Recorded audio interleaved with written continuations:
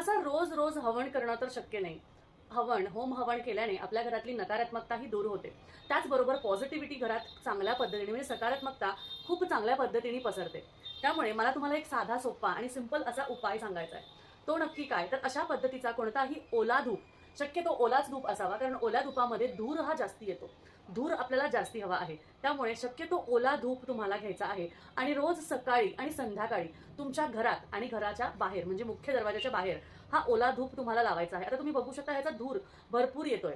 आपल्या घरात जेव्हा आपण धूर करतो, हा धूर काय करतो, आपल्या घरातली निगेटिव्हिटी, नकारात्मकतेला दूर करतात आणि त्यानुसार, त्या सुगंधानुसार, त्या म्हणजे पॉझिटिव्हिटीनुसार जी काही नकारात्मकता आहे ती घरातून बाहेर निघून जाईल आणि बाहेर मुख्य दरवाजाच्या बाहेर सुद्धा जी काही नकारात्मकता आहे ती बाहेरच्या बाहेरच निघून जाईल. त्यामुळे अशा पद्धतीचा ओला धूप हा रोज सकाळ आणि संध्याकाळ घरात लावा, सुगंध पसरवा आणि त्याचबरोबर घरात सकारात्मक असं वातावरण ठेवा.